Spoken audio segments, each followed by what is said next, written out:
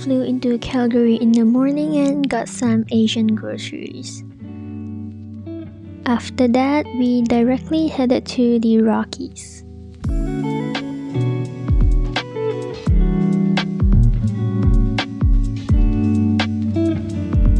We are driving to Jasper as our first destination through the Columbia Icefields Parkway, which is about a 5-hour drive.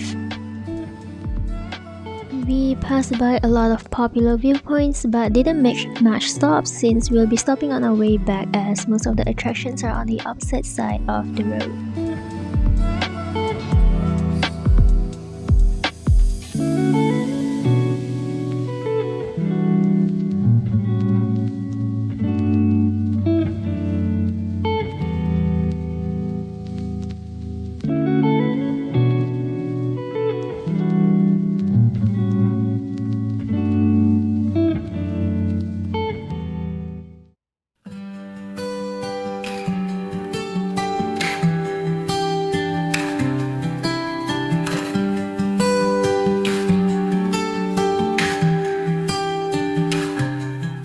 Having some savory waffles for brunch in Jasper town, and it was one of the best I've ever had.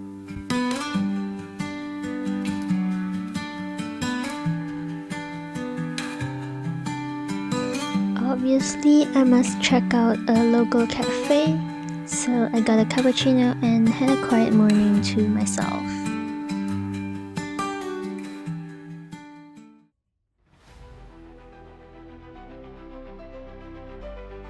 The trees look dry and dead because of the forest fires last year.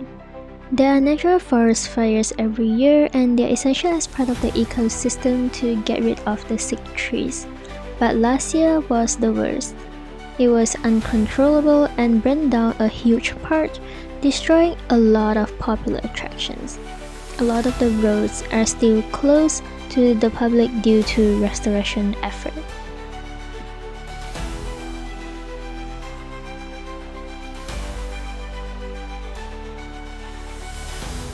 It's just sad to imagine how many animals lost their lives. Just imagine the scene in Bambi movie but in real life. We were very lucky still and spotted a lot of wildlife animals. Growing up a city girl in Asia, it was actually very fascinating.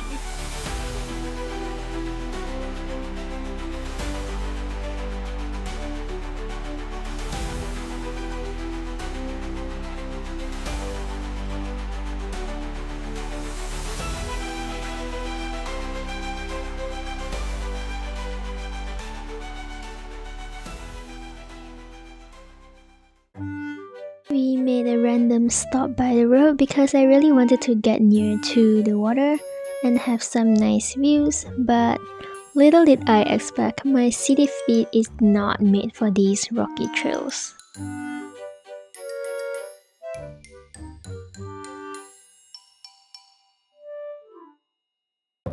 I'm at Jasper National Park right now and I'm at Malign Lake, which is one of the more famous lakes that is opened after the project.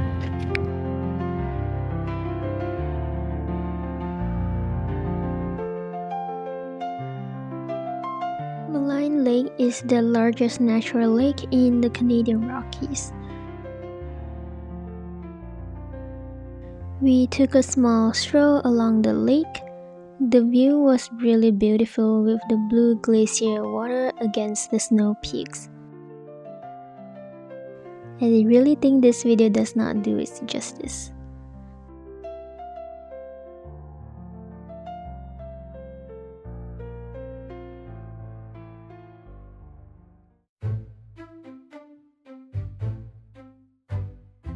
We then explored a short trail. There are a lot of these trails of different lengths, we just picked an easy one. Instead of a majestic view, we enjoyed just sitting by the water, being serene. It's a good way to avoid the crowd.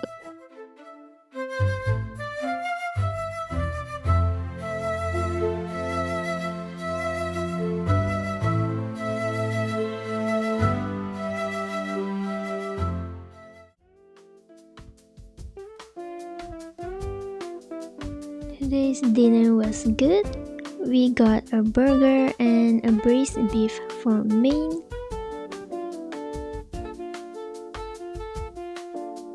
And then we got a pear turnover for dessert.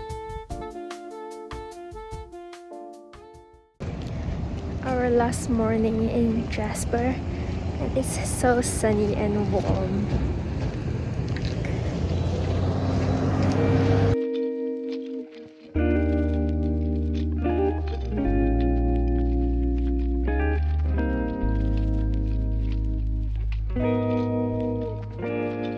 After breakfast, we drove out of Jasper, heading south on the Columbia Icefield Parkway. We are going to Athabasca Falls. This waterfall is not super tall, but the water just crashes down with crazy power from the glacier water. We could feel the mist hit our faces and it's just really loud. I think this is our only waterfall stop and it was very worth it.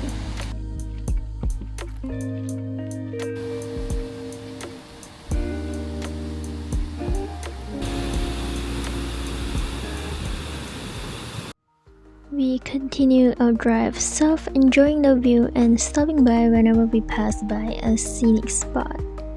I truly think the Canadian Rockies has its own unique charm, different from the Alps in its own way.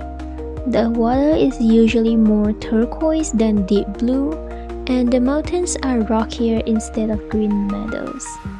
This stretch was very special. There's barely any signs of life, just stone and water, shaping the land probably during the Little Ice Age era.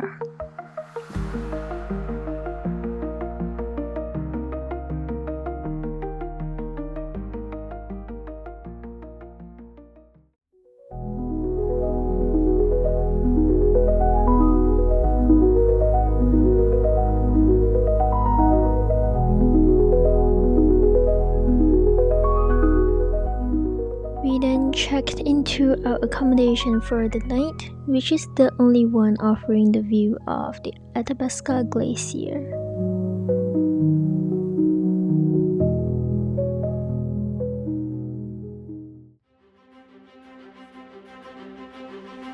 We then took the tour bus, bringing us into the Columbia Icefield to board the Ice Explorer vehicle. It is a specialized bus with huge tires built for the glaciers. On the bus, the tour guide also gave us some historical context about the formation of the glaciers and how it has evolved throughout the years. It took about a 15 to 20 minute drive through all the rocks, muds and hills that took us directly to the glacier field.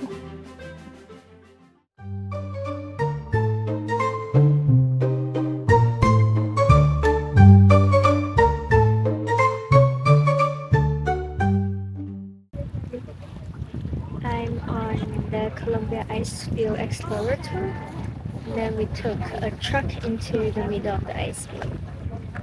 I'm surrounded by glaciers. The Athabasca Glacier is a living piece of the last ice age. About 180 years ago, it stretched much further down this valley, but since then it's shrunk more than a kilometer.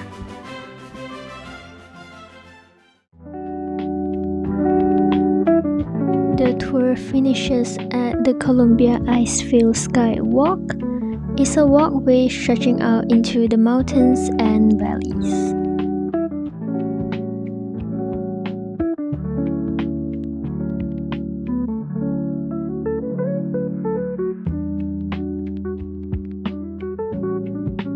At the very end, there's a glass walk, 280 meters above the valley, with glaciers and rivers stretching around us.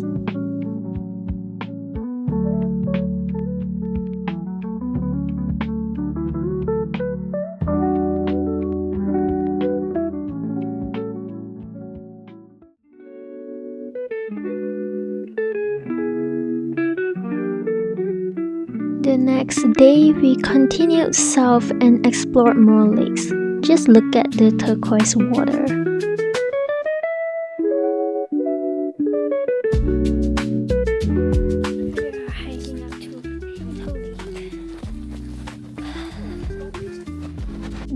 hike on the only trail up was slippery with the half-melted ice and no salt nor railing.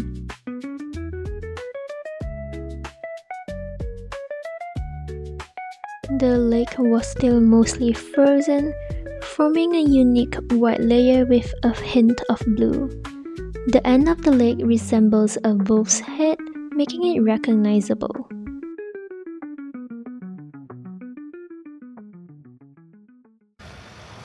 I went bowling.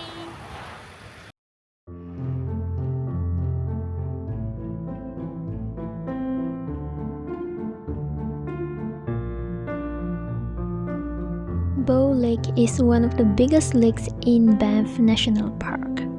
What makes it so unique is how close it feels to the mountains.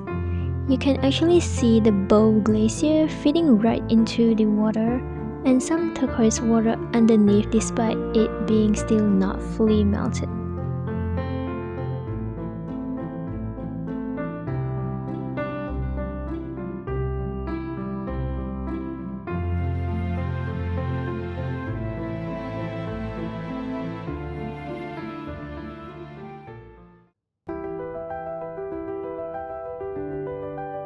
We then drove further down to Yoho National Park and stopped by the famous Emerald Lake. The water has this crazy green-blue glow and is surrounded by mountains on all sides. We wanted to kayak there, but it was closed as there were thunderstorms forecasted. So we just enjoyed the view around the lake.